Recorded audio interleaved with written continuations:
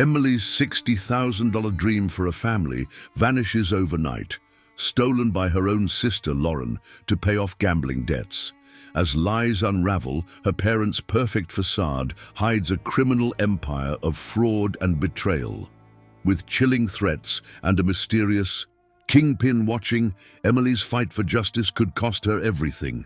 Click now to see how far she'll go to burn their secrets to the ground. The numbers didn't add up. I refreshed the banking app on my phone, heart pounding as the screen loaded again. Where there should have been $60,000, every penny I'd scraped together for my dream of starting a family, there was only $847.12. My name's Emily, and in that moment, my entire world froze. I called the bank, my voice trembling but trying to stay calm. "There's a mistake," I told the representative, gripping my phone so tight my knuckles ached. "My savings account, almost $60,000 is gone." The response hit like a punch. "Ma'am, I'm seeing multiple transfers to an external account over the last 10 days. They were authorized with your credentials." My stomach twisted. Only 2 people had access to that account. Me and my sister, Lauren, who I'd listed as an emergency contact years ago. I'd trusted her. I'd trusted everyone. I hung up and dialed Lauren. No answer. Typical. I tried my parents next, my fingers shaking as the call connected. "Emily, is everything okay?" Mom's voice was warm, but it tightened when I asked, "Is Lauren there?" A pause, then rustling. Lauren finally came on, her tone too casual, like she was hiding something. "Hey, Em, what's up?" I didn't waste time. "Where's my money, Lauren?" Silence. Then, "I can explain." My pulse raced. "You? Better." She sighed, her voice dropping. "I got in trouble. Bad people, Em. They were gonna hurt me if I didn't pay up. I'll get it back, I swear." Gambling. She'd gambled away my future to cover her debts. I could barely breathe. "You stole my savings for a baby to pay off your bets?" Her voice hardened. "Don't say stole. I borrowed it. I'm your sister." Mom cut in, her tone soft but sharp, the one she always used to defend Lauren. "Sweetheart, your sister made a mistake, but she's in danger. These people aren't kind. We have to help her. Help her." That money was my shot at motherhood, saved through years of late nights at the diner, living in a cramped studio, driving a car that rattled with every mile. Dad grabbed the phone. "Emily, family sticks together. Lauren needs us. You can save again." Save again? 6 years of sacrifice, gone,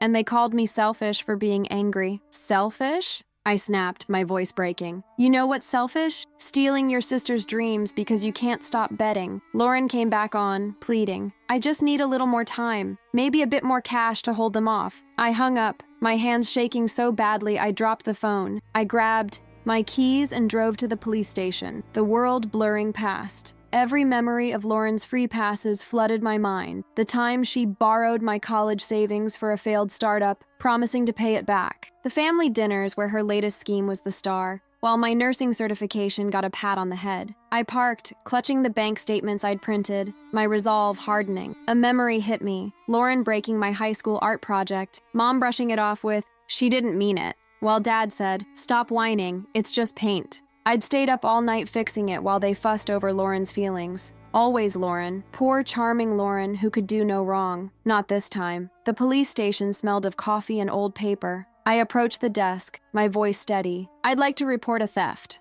I have proof." Detective Mark Reynolds didn't look like a hero from the movies. Graying hair, a faded tie, and a desk buried in files. But his eyes were sharp as he spread my statements out. "You're sure your sister had access?" he asked, scribbling notes. "Yes," I said, swallowing the lump in my throat. "She was an emergency contact. I never thought she'd use it." My phone buzzed. 47 missed calls from Mom, Dad, Lauren. I showed him. "This started 2 hours ago when I noticed the money was gone." He leaned forward. "Ms. Thompson, this isn't just theft. We're looking at wire fraud, maybe identity theft. These are federal charges." My chest tightened, but I nodded. "I understand. Are you ready to press charges against your sister?" he asked, his tone careful. "Family cases get messy." My phone buzzed again. I answered, putting it on speaker. "Emily, what are you doing?" Mom's voice was frantic. "There are police at Lauren's apartment. Have you lost your mind?" I met the detective's gaze. "She stole $60,000, Mom, from me." "She made a mistake," Mom cried. "She's your sister." "Exactly," I said, my voice cold. "And she did it anyway." I hung up. Reynolds raised an eyebrow. "Happens. More often than you think. Family financial abuse. People assume it's strangers, but..." He pulled a file. Your sister's got a history. Sealed case 4 years ago. Similar pattern. My jaw dropped. What? He studied me. You didn't know. Before I could process, my best. Friend Claire burst in, her lawyer briefcase swinging. Sorry I'm late. Traffic was brutal. She nodded at Reynolds. Detective. He smirked. Didn't expect you here, Ms. Harper. I blinked. You know each other? Claire grinned. Covered his cases when I was still in criminal law. Now what's this about Lauren? She sat beside me as I explained. My phone buzzed. A text from Lauren. Please, Em. I'll lose everything. Claire snorted. Like you haven't. Reynolds cleared his throat. We need to move fast. Financial records can vanish. I'm requesting an emergency warrant to freeze the accounts. I whispered. She'll go to jail? He nodded. If we prove intent, and these transfers, scream it. She's facing serious time. Another text from Mom. If you do this, you're no daughter of ours. Claire saw my hands shake and stepped in. Detective, can we have a sec? He left, and I broke down. What if Mom's right? What if I'm tearing us apart? Claire grabbed my shoulders. Who paid for Lauren's rehab 2 years ago? Me, I admitted. And who covered her rent when she lost her job? Me. And who's been enabling her while she stole your chance at a family? I wiped my eyes. All of us. Exactly, Claire said. This isn't just money. It's a cycle, and you're breaking it. Reynolds knocked and re-entered. Ms. Thompson, your call. Do we proceed? I looked at my phone. Dad's latest message. You'll regret this forever. I turned it off. Yes, and I want to know about that sealed case. Reynolds nodded. Once we dig, we might find things you're not ready for. I'm done being unready, I said, my spine straightening. Claire squeezed my hand as Reynolds made a call. This is Reynolds. I need a warrant for case number. His voice faded as I realized I'd just declared war on my family. For the first time, I was ready to fight. 3 days later, Claire stormed into my apartment, laptop in hand. You won't believe this. She opened a file, court records from 4 years ago, sealed but accessed through her old courthouse contacts. Meet Tara Klein. The screen showed a restraining order against Lauren, filed by her ex-friend, a quiet accountant named Tara. Financial exploitation, identity theft, emotional abuse, Claire read. Sound familiar? My coffee went cold in my hand. What happened? Claire scrolled. Tara dropped the charges and vanished. But look, 2 days before, $60,000 was transferred to her account. I froze. From where? Claire's voice softened. Your inheritance, the one your parents said was lost in a bad investment. The mug slipped, shattering on the floor. They lied. My phone rang. Mom, again. I declined. There's more, Claire said. I found Tara. She's in Seattle, willing to talk. 20 minutes later, we were on a video call. Tara looked tired, her eyes guarded. I always wondered if you knew, she said. Knew what? I asked. She laughed, bitter. How your parents silenced me. Your mom showed up at my place, said if I didn't drop the charges, they'd ruin my career. Then they offered money, your money, to disappear. My hands shook. Why tell me now? Because I saw Lauren's new charges, Tara said. She's doing it again. And your parents? They're not just covering for her. They're part of it. Check their tax filings from that year. You'll see. After the call, I sat in silence while Claire made tea. We need to confront your mom, she said. Already on it. I grabbed my keys. 30 minutes later, I stood in my parents' kitchen, Mom chopping vegetables like nothing was wrong. Come to apologize? She asked, not looking up. I talked to Tara Klein. The knife froze. What? $60,000, Mom, from my inheritance, to buy her silence. She wiped her hands slow. You don't get it. That girl was out to ruin Lauren by telling the truth, like I'm doing now? I slammed the counter. You took my future to save her. Her voice turned icy. We did what was needed for this family's name. You were always tougher than Lauren. You could take it. The words cut deeper than I expected. You sacrificed me because I could handle it? She turned away. Someone had to be the strong one. I pulled out my phone, playing the recording of her words. Her eyes widened. What are you doing? Being strong, I said, sending the audio to Reynolds. And I'm just starting. Her face paled. You wouldn't. I walked out, ignoring her shouts. In the car, Claire was waiting. How'd it go? She admitted it. I got it recorded. But something's off, like we're missing something. Claire opened her laptop. Funny you say that. I got into their cloud storage. There's a spreadsheet from your dad labeled Family Finances, 2004-2009. My heart sank. Show me. We parked outside a diner, Claire's laptop glowing in the dark. The spreadsheet looked normal at first. Numbers, dates, accounts. Then I saw my social security number tied to credit card accounts I'd never opened.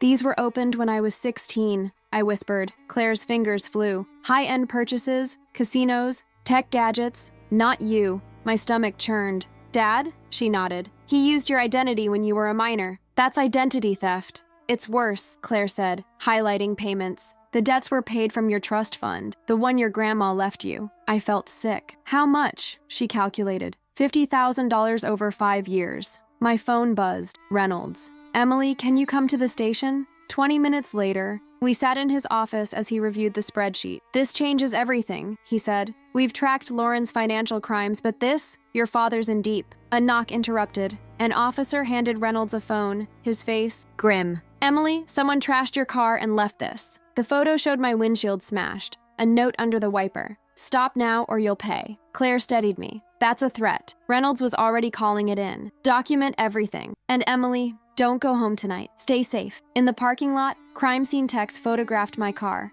A voice stopped me cold. What did you do? My ex Nathan stormed over. Your dad called me, freaking out about an investigation. I crossed my arms. Why's he calling you? Nathan hesitated. I manage their investments. Now the SEC's asking about irregular transfers. He stopped, realizing he'd slipped. What transfers? I pressed. He backpedaled. I can't discuss clients. Claire stepped forward, phone out. Interesting ethics for a financial advisor. Reynolds appeared. Mr. Carter, you'll need to make a statement. As officers led Nathan away, my phone lit up with a text from an unknown number. Smart move. Check Dad's offshore accounts. Tara. I showed Claire. She was already searching. Look, transfers from that spreadsheet route through a bank in Panama. Can you trace them? She grinned. I can prove they're tied to Lauren's gambling debts. Your parents weren't just enabling her. They were hiding the money. I forwarded everything to Reynolds. This wasn't just about my savings anymore. It was decades of lies, theft, and betrayal.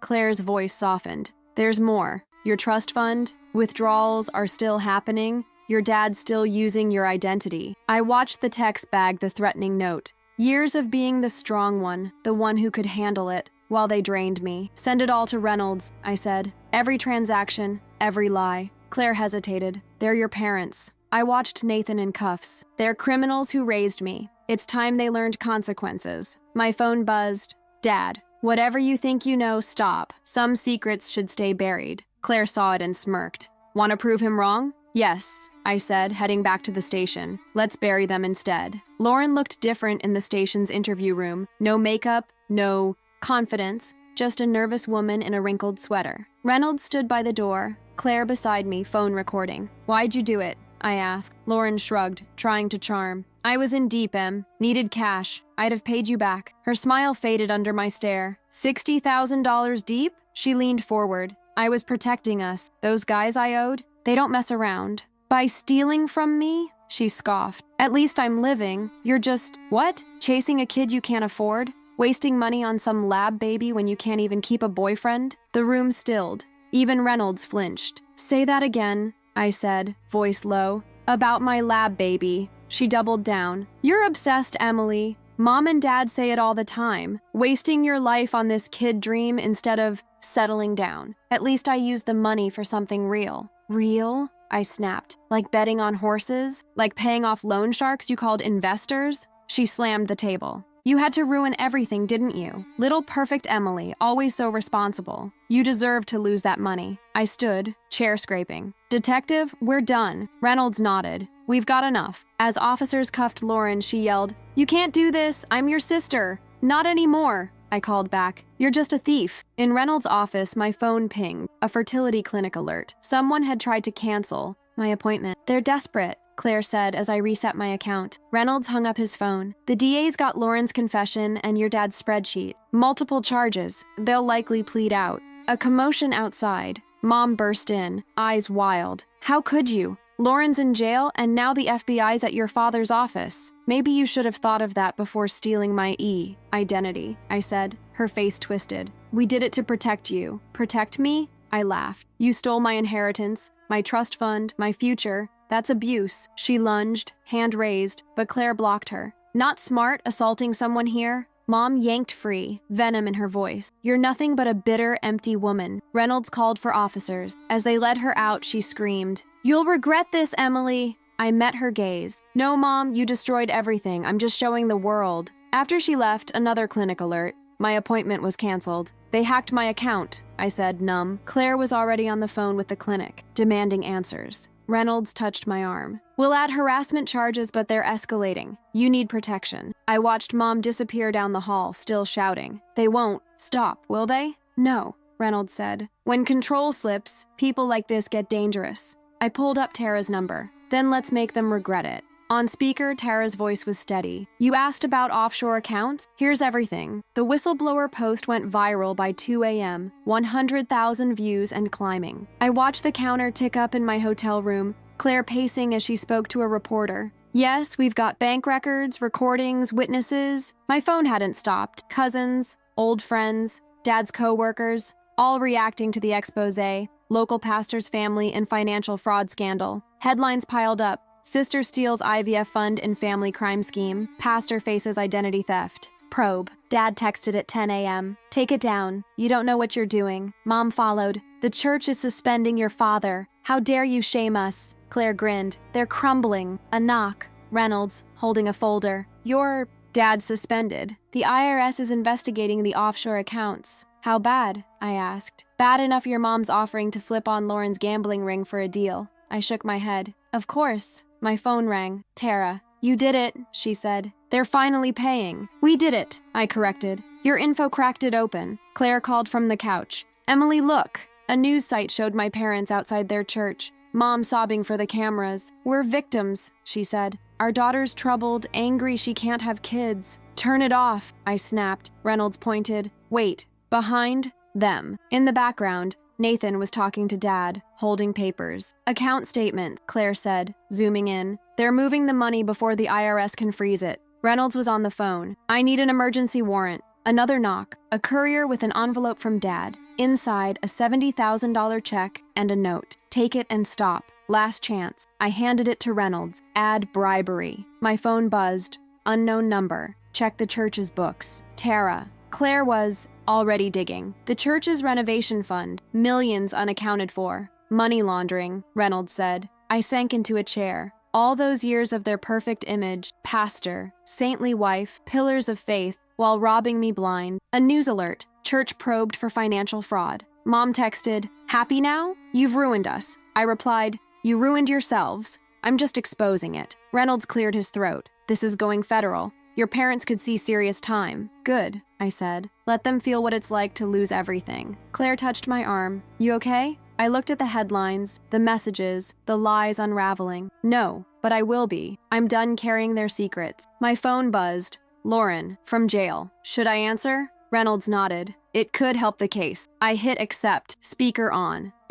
Lauren's voice broke. You need to know about Dad's secret accounts. The truth kept coming, uglier with every word, and I was ready to hear it all. The courtroom buzzed for Lauren's sentencing. I sat up front, Claire beside me, Reynolds on the other side. My parents sat across the aisle, faces drawn. Lauren shuffled in, orange jumpsuit, stark against her pale skin. She wouldn't meet my eyes. The judge called for a victim statement. I stood, clutching my notes, then saw Mom's crocodile tears and tossed the paper aside. My whole life, I was the responsible one, I began. The one who could handle it when money vanished, when dreams were deferred. I didn't realize strong meant useful. Useful because I'd stay quiet while they stole from me. Lauren fidgeted. Dad stared at his shoes. I worked doubles at the diner, lived in a shoebox, drove a car that barely ran, all to save for a family. Meanwhile, my sister gambled away millions. My dad hid money offshore, and my mom lied to cover it. Mom shifted, but Dad held her back. This isn't just about money, I continued. It's about a family built on betrayal. Parents who taught their daughter she was nothing but a bank account. A sister who thought she could take whatever she wanted because I'd always forgive her. I faced Lauren. You called my dream of a child a waste. But what's a waste is a woman so enabled she'd steal her sister's future. Lauren's lawyer stood. Objection. This is inflammatory. Overruled, the judge said. Continue. The prosecution proved the theft, the fraud, the lies, I said. But they can't show what it's like to know you'll never be worth protecting, to learn your family only valued you for what they could take. My voice shook, but Claire's hand steadied me. Lauren stole my savings. My parents stole my trust. But they won't steal my voice. I'm done being their ATM, done being quiet. I looked at Mom's tears, Dad's guilt, Lauren's slumped form. Your Honor, I don't want mercy. I want justice. For me, for every kid taught love means sacrifice. For every secret that destroys another generation. The room was silent as I sat. The judge turned to Lauren. Anything to say? She stood, voice small. I just want Emily to know. Save it, I cut in. I'm not your sister. I'm your victim. Remember that in prison. The judge nodded. Given the severity of the crimes and the victim's impact, I sentence you to 9 years. No parole for 6. Mom sobbed. Dad tried to approach, but Reynolds blocked him. This isn't over, Dad hissed. The IRS will see everything, I said. Every crime you committed in my name. I'll be at your trial too. As Lauren was led away, an officer approached. Ms. Thompson, we found these in the defendant's possession. She handed me a bag. My IVF medication vials, stolen. From the clinic, smashed. She kept them? Claire asked, stunned. Like a prize, Reynolds said. I clutched the bag. Add this to my parents' case. Let everyone see who they are. Outside, reporters waited. Claire squeezed my hand. Ready? I gripped my statement. Yes, time the world heard the truth. Sunlight poured into my new apartment as I signed the final restitution check. Lauren seized assets, court settlement, insurance. My IVF fund was whole, with enough for a fresh start. My phone buzzed. Reynolds, your parents took a plea. Your dad's facing 6 years for fraud and tax evasion. Your mom got 2 for conspiracy. The church is cooperating with the feds. I thanked him and hung up as Claire burst in, waving a newspaper. Look, the headline, Support Group for Family Financial Abuse, launched after Thompson case. A photo showed Tara and me at our first meeting, started after dozens shared similar stories, parents stealing, siblings draining inheritances, families broken by lies. We're changing things, Claire said. I showed her an email from my new fertility clinic, confirming my appointment, and I'm moving forward. She grinned, pulling out her laptop. That whistleblower post? It's becoming a documentary. They want your story. Survival. Fighting back. A knock interrupted. Nathan looking sheepish. Emily, please. I crossed my arms. What? Here to explain hiding Dad's money? He handed me a USB drive. It's everything. Offshore accounts, transfers. I gave copies to the FBI. You deserve the truth. Why now? He swallowed. When we dated, I knew what they were doing. I helped. I'm sorry. I took the drive. Leave. Claire examined it. This could seal the federal case. I forwarded it to Reynolds, turning to my clinic paperwork. No more looking back. My phone buzzed. Mom, visit us. We can still be family. I deleted it. Claire raised an eyebrow. Okay? Yes, I said, looking around my new home. No more cramped studio. No more broken car. No more sacrificing for a family that used me. I'm good. She pulled out a gift bag. The support group got you this. Inside, a silver necklace with a phoenix pendant. They said you showed them how to rise, Claire explained. Another knock, a delivery, a document, Mom's confession, detailing every theft, every lie, her signature shaky. A note, please forgive me. Trying to cut her sentence, Claire said. Or earn forgiveness, I replied, filing it with Lauren's sentencing papers. Maybe someday, but on my terms. My phone pinged. Clinic, appointment confirmed. Your journey begins. Claire hugged me. Ready to build your family the right way?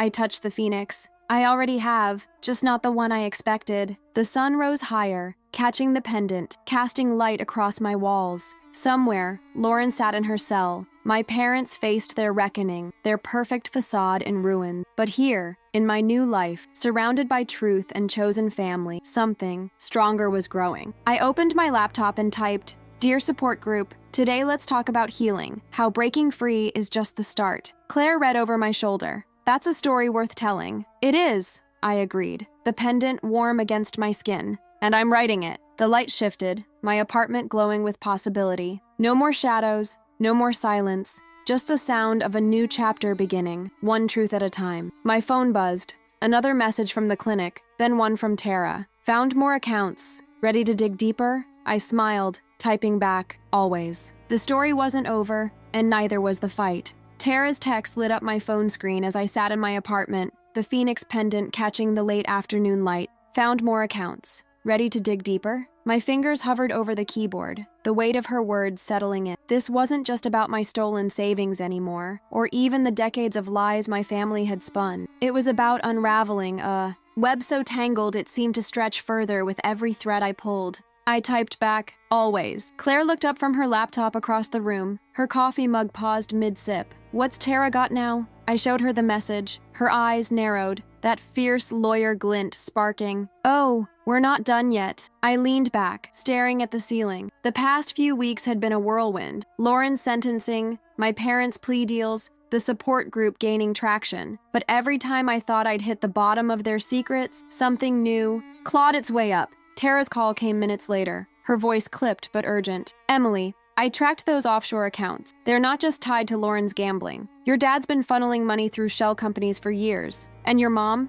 she signed off on half the transaction." My stomach twisted. "You're saying they're both in deeper than we thought?" "Deeper?" Tara laughed, sharp and bitter. "Your parents aren't just enablers. They're architects. Check your eye." "Email, I sent you a ledger." Claire was already pulling it up on her laptop. The document was dense, rows of transactions, dates stretching back to when I was in high school, company names I didn't recognize. "These are fronts," Claire said, pointing to a column. "Fake businesses, set up to move money. Look at this one, Bright Horizon Consulting. It's registered to your mom's maiden name." I felt the air leave my lungs. "They used my trust fund to start this?" Claire nodded, her fingers flying, "and siphoned it back out. Over $200,000 since you were 18. I stood, pacing to keep the anger from boiling over. "All those years," Mom's voice in my head. "You're the strong one, Emily. You can handle it." Handling it meant letting them drain me dry. My phone buzzed. Detective Reynolds. "Emily, we need you at the station. The IRS just flagged something big." Claire grabbed her keys. "Let's go." 20 minutes later, we sat in Reynolds' cluttered office, a new stack of papers on his desk. "Your parents' plea deals might not hold," he said, sliding a report across. "The feds found a second set of accounts in the Caymans, linked to your dad's shell companies. They're calling it a multi-million-dollar operation." My jaw dropped. "Millions?" He nodded. "Your family's been playing a long game. Lauren's gambling was a drop in the bucket. Your parents were the real players." I stared at the report, my social security number glaring back from the pages. "They're still using my identity?" Reynolds' face was grim. "Not just yours. We found accounts tied to your cousins, your aunt, even your late grandmother's estate. They've been exploiting everyone." Claire leaned forward. "Can you charge them?" "We're building the case," he said. "But Emily, this is going to get uglier. The feds are talking RICO, racketeering. Your parents could be looking at decades." My chest tightened. "Decades."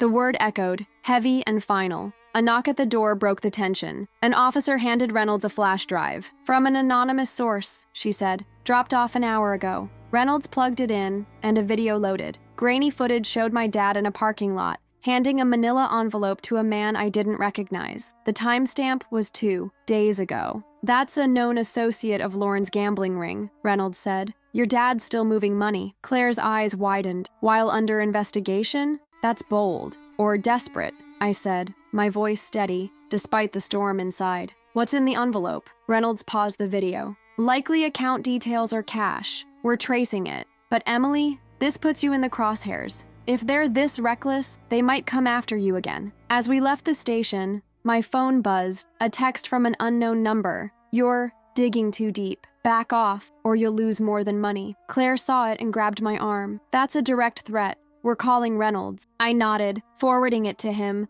but my mind was racing. Lose more than money? What was left to take? My dream of a family was back on track. My apartment was my own. My support group was thriving, but the fear lingered, a shadow I couldn't shake. Claire drove us to her place, insisting I stay the night. "No way you're alone after that," she said. I didn't argue. At Claire's, we pored over Tara's ledger, cross-referencing it with the Fed's report. "Look," Claire said, pointing to a recurring transfer. "Every 6 months, $50,000 to a charity called Hope's Light. Sounds sweet, right? Except it doesn't exist." I frowned. "Another front?" She nodded, pulling up a website. "It's a shell, registered to your dad's old business partner, Greg Walsh." My blood ran cold. Greg, the man who'd always been at family barbecues, calling me kiddo while slipping Lauren cash for her ventures. "He's in on it?" Claire's jaw tightened. "Big time. I bet he's the one your dad met in that video." My phone rang. Paisley from the support group. "Emily, you need to see this." She sent a link to a local news site.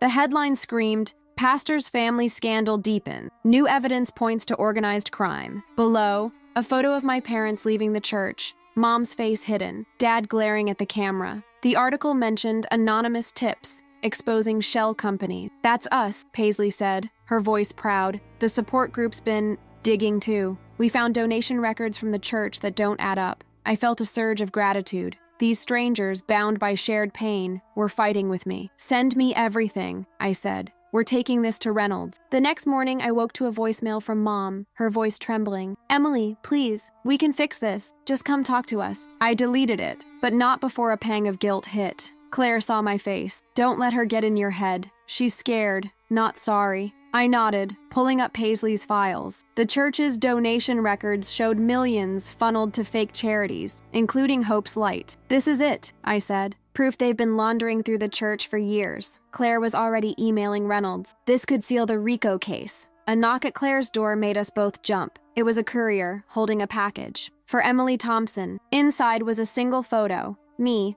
leaving the fertility clinic yesterday. On the back, in Sharpie, "Stop or we stop you." My hands shook as I showed Claire. "They're watching me." She called Reynolds, who arrived within the hour. "This is escalation," he said, bagging the photo. "We're assigning you protection." I nodded, but the fear was real now. They'd taken my money, my trust, my safety. What was next? Reynolds' phone rang. "Yeah? You're sure?" He hung up, his face hard. "We traced the envelope from the video. It went to Greg Walsh. And Emily. He's not just your dad's partner. He's got ties to organized crime in the state." My knees buckled. "Organized crime?" Claire steadied me. "Like mob?" Reynolds nodded. "Small time, but dangerous. Your parents weren't just hiding money. They were in bed with people who don't play nice." I thought of the threats, the smashed car, the photo. "They're not just my parents anymore, are they?" Reynolds met my gaze. "No. They're suspects in a federal investigation, and you're a witness." That night, under police watch at a safe house, I couldn't sleep.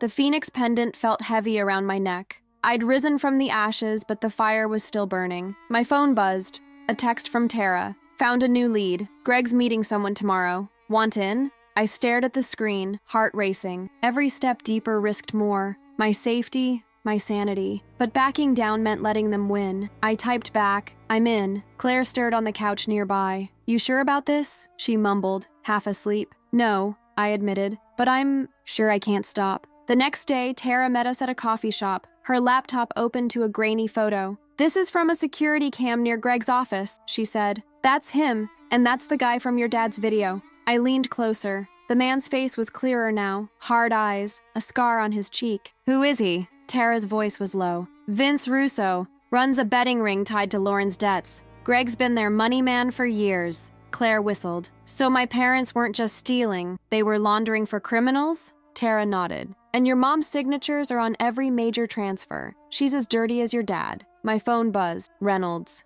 "Emily, we got a warrant for Greg's office. You need to stay low. Russo's crew doesn't like loose ends." I swallowed hard. "Am I a loose end?" He didn't sugarcoat it. "You're a threat. Stay with the protection detail." As we left the coffee shop, a black SUV idled across the street. Claire noticed it too. "That's been there too long," she whispered. My heart pounded as we hurried to her car, the police escort close behind. The SUV didn't follow, but the message was clear. They were watching. Back at the safe house, Paisley called with more from the support group. "We found a witness," she said. "A former church treasurer who says your mom pressured her to adjust donation records. She's willing to testify." I felt a spark of hope. "That's huge. Send it to Reynolds." But even as I spoke, my mind was on that SUV, on Russo's scarred face, on the photo in my pocket. The truth was closing in, but so was the danger. My phone buzzed again. "Dad, you're playing with fire. Stop before you get burned." I showed Claire. She smirked. "Let's light it up instead." Reynolds called an hour later. "Greg's in custody. We found ledgers in his office matching Tara's. Your parents are being rearraigned tomorrow. New charges, including money laundering." I exhaled, but the relief was short-lived. "What about Russo?" Reynolds' voice tightened. "He's in the wind. Stay vigilant." I touched the Phoenix pendant, its edges grounding me. The fight wasn't over, not with Russo out there, not with my parents still pulling strings from behind bars. But I wasn't the same Emily who'd blinked at a bank balance and trusted her family. I was the one holding the match. The courthouse was quieter for my parents' rearrangement, but the tension was thicker. I sat with Claire, Reynolds nearby as Mom and Dad were let in, handcuffs glinting. They didn't look at me. The judge read the new charges: money laundering, racketeering, conspiracy. Mom's face crumpled, but Dad's was stone. The prosecutor called me to the stand. I stood. No notes this time, just the truth burning in my chest. I used to think family meant sacrifice, I began. I sacrificed my dreams, my security, because I was told it's what you do. But my parents didn't sacrifice. They stole. They built an empire of lies, using my name,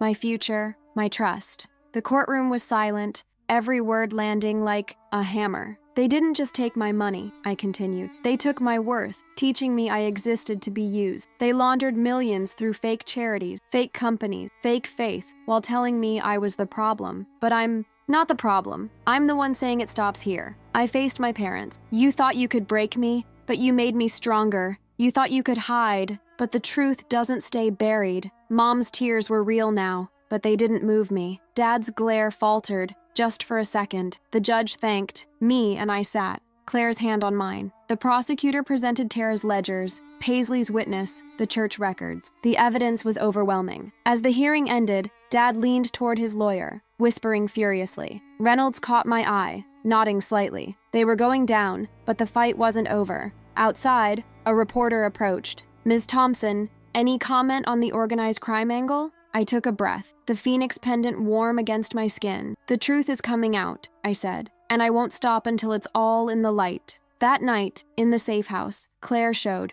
me a new support group post. Hundreds had joined, sharing stories of betrayal, fraud, survival. You're not just fighting for you, she said. You're fighting for them. My phone buzzed. Tara. Russo's been spotted. Reynolds is closing in. I looked at Claire, the weight of it all settling. This isn't just about my family anymore, is it? She shook her head. It's about justice, for everyone they hurt. I touched the pendant, the fire inside me burning brighter. The truth was a weapon, and I was learning how to wield it. The next morning, Reynolds called. We got Russo. He's talking, implicating your parents, Greg, the whole network. But Emily, he mentioned you. Said someone's still watching. My heart skipped, but I pushed it down. Let them watch, I said. I'm not hiding anymore. Claire grinned, already pulling up new files from the support group. Ready for the next round? I nodded, opening my laptop to draft another post. Dear support group, today let's talk about courage, about facing the shadows and burning them away. The sun rose outside, casting long rays across the room. The war wasn't over, but I was ready for Russo, for my parents, for every secret still waiting to be exposed. The phoenix gleamed, and I kept writing, the story unfolding, one truth at a time. The safe house was quiet, save for the hum of Claire's laptop and the occasional creak of the old floorboards. Morning light filtered through the blinds, catching the phoenix pendant as I poured another coffee. My phone sat on the table, silent for once, but I knew it wouldn't stay that way. Russo's arrest was a victory, but his words, someone still watching, hung over me like a storm cloud. I wasn't naive anymore. My parents, Greg, the whole network, they weren't just fighting to save themselves. They were fighting to keep their empire of lies intact, and I was the one tearing it down, brick by brick. Claire looked up from her screen, her eyes bright with that relentless energy I'd come to rely on. The support group's blowing up, she said, turning her laptop toward me. The forum was flooded with new posts, stories of stolen inheritances, parents forging signatures, siblings draining accounts. One caught my eye, a woman named Sarah, 42, whose brother had used her identity to fund a Ponzi scheme. I thought I was alone, she wrote. Then I saw Emily's story. I felt a pang of pride mixed with responsibility. This wasn't just my fight anymore. It was theirs too. My phone buzzed. Tara. Emily? Russo's talking, but he's holding back. Reynolds thinks he's protecting someone higher up. I frowned. Higher than my parents? Tara's voice was tense. Maybe. I found a new name in the ledgers. C. Marshall. Transfers to their account started 10 years ago, always in cash, always untraceable. I glanced at Claire, who was already searching. C. Marshall, she muttered, pulling up a database. No hits yet, but this feels big. I leaned over her shoulder, the numbers swimming on the screen. Whoever C. Marshall was, they were a ghost, and ghosts scared me more than the enemies I could see. Reynolds called next, his voice clipped. Emily, we need you to look at something. Can you come to the station? Claire grabbed her bag. On our way. The drive was tense, the police escort trailing us a constant reminder of the danger. At the station, Reynolds spread out a new set of documents. Wire transfer receipts, all linked to Hope's Light, the fake charity. These came from Russo's safe, he said. Signed by your mom, but the recipient's coded. CM, sound familiar? My heart sank. C. Marshall? He nodded. We're digging, but this person's buried deep. And Emily, Russo's lawyer just filed for a deal. He's offering names, but only if we guarantee protection. Protection from who? I asked, though I already knew the answer. Reynolds's eyes were grim. Someone with enough power to scare a guy like Russo. Stay sharp. As we left his office, my phone buzzed. A text from an unknown number. You can't hide forever. My hands shook as I showed Claire. She cursed under her breath. They're not stopping. I forwarded it to Reynolds, but the fear was creeping in again, cold and relentless. Who was C. Marshall? And why did they want me silenced? Back at the safe house, Claire dove into the ledgers while I called Paisley. The support group's got something, she said. A guy who used to work for your dad's construction business says he saw cash deliveries to the church, always at night. He thinks it was tied to the renovation fund. I gripped the phone. Can he testify? He's scared, Paisley admitted, but he's willing to talk if you meet him. I hesitated. Meeting anyone now felt like walking into a trap, but every lead brought me closer to the truth. Set it up, I said, but tell Reynolds. The meeting was set for a diner across town, neutral ground. Claire insisted on coming, and Reynolds sent an undercover officer to watch from a booth nearby. The man, Tom, was in his 50s, nervous, with calloused hands and a voice that shook when he spoke. I didn't know it was wrong at first, he said, stirring his coffee. Your dad would hand me envelopes, tell me to drop them at the church. Always cash, always after hours. I thought it was just donations. I leaned forward. When did you realize it wasn't? He looked down. When I saw Greg Walsh there one night with another guy, scar on his face. They didn't see me, but I heard them talking about cleaning money. My blood ran cold. Russo. Claire scribbled notes. Did you hear a name? C. Marshall? Tom shook his head. No, but your dad mentioned someone calling the shots. Said they'd handle anyone who got in the way. My stomach churned. Anyone like me? Tom met my eyes, his voice low. You need to be careful. Your dad, he's not the man you think? I nodded, thanking him as he left, but his words stuck with me. Not the man I thought. I wasn't sure I'd ever known him at all. Hey everyone, can you believe how deep this goes? Who do you think C. Marshall is, and what's their next move? Drop your theories in the comments. I'm dying to hear what you think. And if you're hooked on this story, hit that like button and subscribe so you don't miss the next twist. It's only getting wilder from here. Back at the safe house, Claire was relentless, cross-referencing Tom's story with the ledgers. Look, she said, pointing to a payment dated the night Tom described. $75,000 to Hope's Light, signed by your mom. I felt a surge of anger. They played the perfect family, the perfect Christians, while running a criminal network. My phone buzzed. A news alert. Pastor's wife implicated in money laundering scheme. The article cited anonymous sources and mentioned C. Marshall as a person of interest. I showed Claire. The support group's leaks are working. She grinned. We're shaking the tree, but shaking trees brought risks. That night, I woke to a noise outside, a low scrape, like metal on pavement. Claire was already up, phone in hand, texting Reynolds. Stay away from the windows, she whispered. The police detail swept the perimeter, finding nothing but a single cigarette butt near the driveway. Russo's brand, Reynolds said when he arrived. He's out on bail and he's sending a message. My heart pounded, but I refused to cower. Let him try, I said. I'm not backing down. The next morning, Tara sent a new file, a scanned letter from Greg's office addressed to C. Marshall. No address, no full name, just a cryptic note. The Thompson problem is escalating. Advise on containment. My hands shook as I read it. Containment? Claire's jaw tightened. They're talking about you. I forwarded it to Reynolds, who called immediately. We're pulling you to a new location. This is too hot. I didn't argue. As we packed, my phone buzzed. Mom, from prison. You're destroying us. Stop, or you'll lose everything. I stared at the message, the old guilt flickering. Then I deleted it. She didn't get to control me anymore. The new safe house was smaller, tucked in a quiet suburb. Claire set up her laptop, diving into the letter's metadata. It was scanned at Greg's office, but the IP traces to a server in Chicago, she said. C. Marshall might be based there. I nodded, but my mind was on the support group. Paisley had organized a virtual meeting, and I joined from the safe house, my face blurred for safety. Dozens of faces filled the screen, each with a story like mine. Sarah, the woman whose brother ran a Ponzi scheme, spoke up. Emily, you gave me the courage to file charges. My brother's in custody now. I swallowed a lump in my throat. You're giving me courage too, I said. We're all in this together. After the call, Reynolds arrived with news. Russo's deal fell through. He's not talking anymore, but we got a warrant for his phone records. There's a number tied to C. Marshall. My pulse quickened. Can you trace it? He nodded. It's a burner, but we're close. Emily, this could break the case wide open or put you in more danger. I touched the Phoenix pendant, its weight steadying me. I'm ready for either. That night, Claire found a new lead, a tax filing potential money laundering operation, but your parents were the real players. My jaw dropped. Millions? He nodded. Your family's been playing a long game. Lauren's gambling was a drop in the bucket.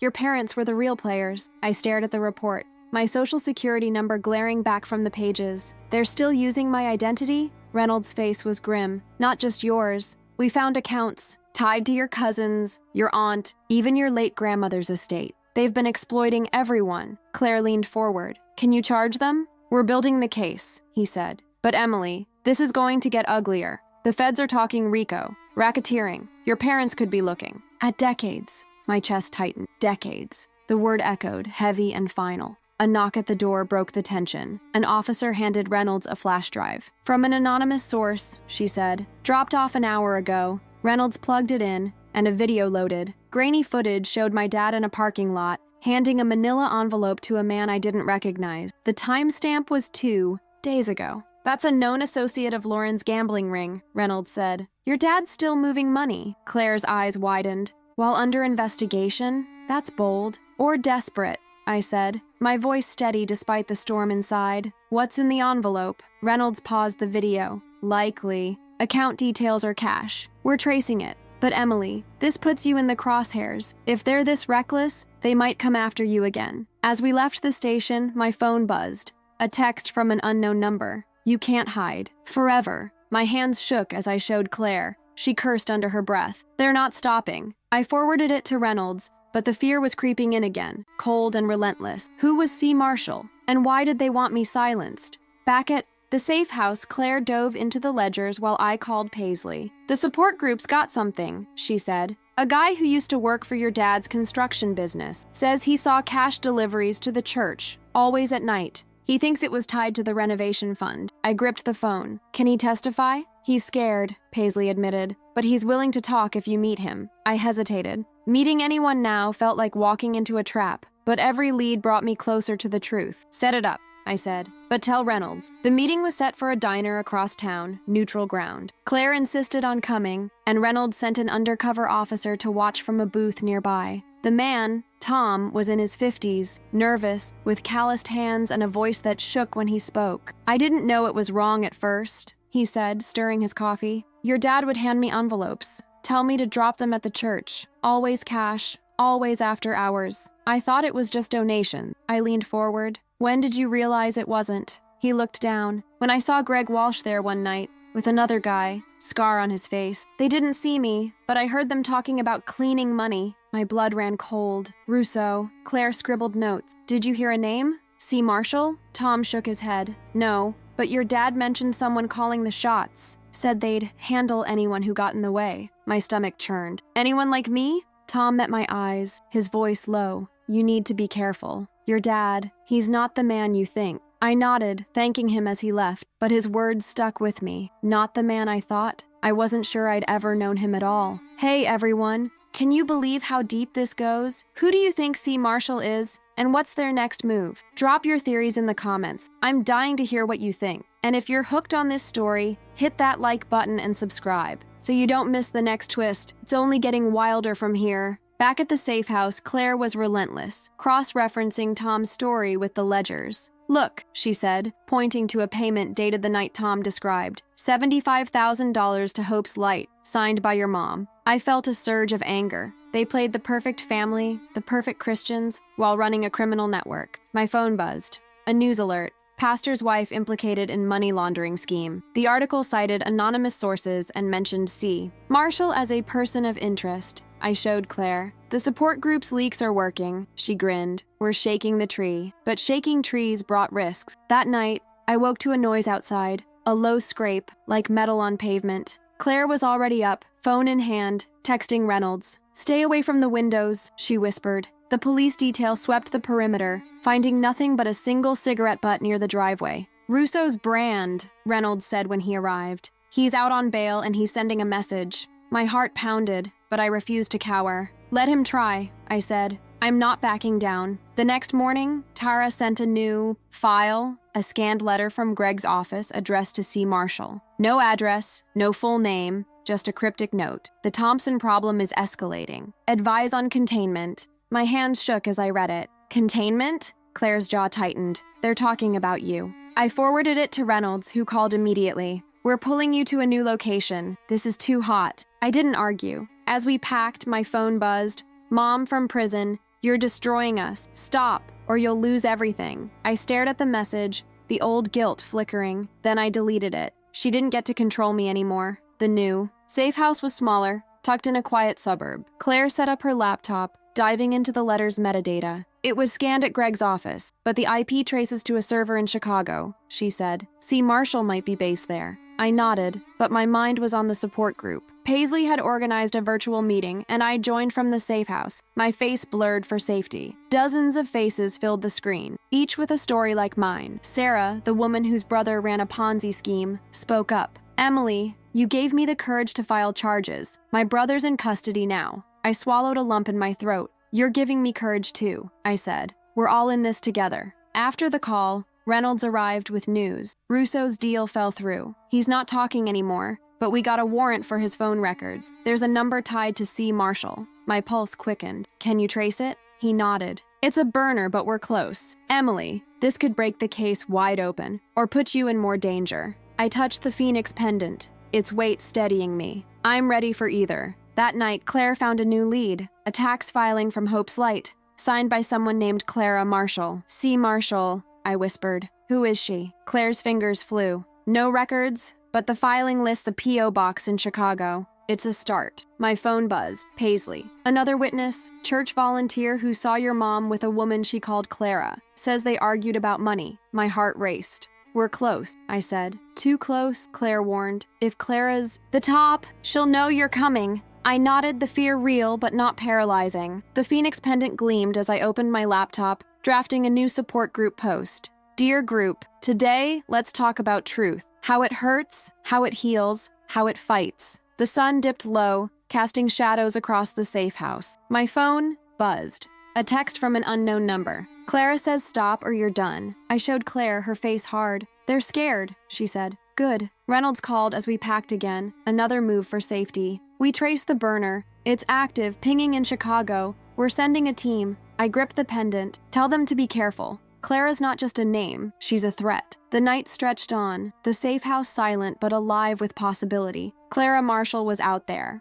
watching, waiting, but so was I, and I wasn't alone. The support group, Claire, Tara, Paisley, they were my family now, forged in truth, not lies. My laptop glowed with the unfinished post, words pouring out. The truth is a fire, and we're the ones holding the torch. Somewhere, Clara Marshall was reading the headlines, seeing her name in lights. Somewhere, my parents sat in cells, their empire crumbling. Somewhere, Russo planned his next move. And here, in this quiet house, I typed, the Phoenix rising, the story burning on. The Chicago lead burned hot. Clara Marshall's name haunted me as I sat in the new safe house, the Phoenix pendant heavy against my chest. Claire's laptop glowed, her fingers tracing Clara's P.O. box to a derelict office in the city. She's close, Claire said, voice low. My phone buzzed. Tara. Clara's linked to a casino, Russo's old haunt. I forwarded it to Reynolds. Casino? He said over the phone. That's a money laundering hub. We're raiding it tomorrow.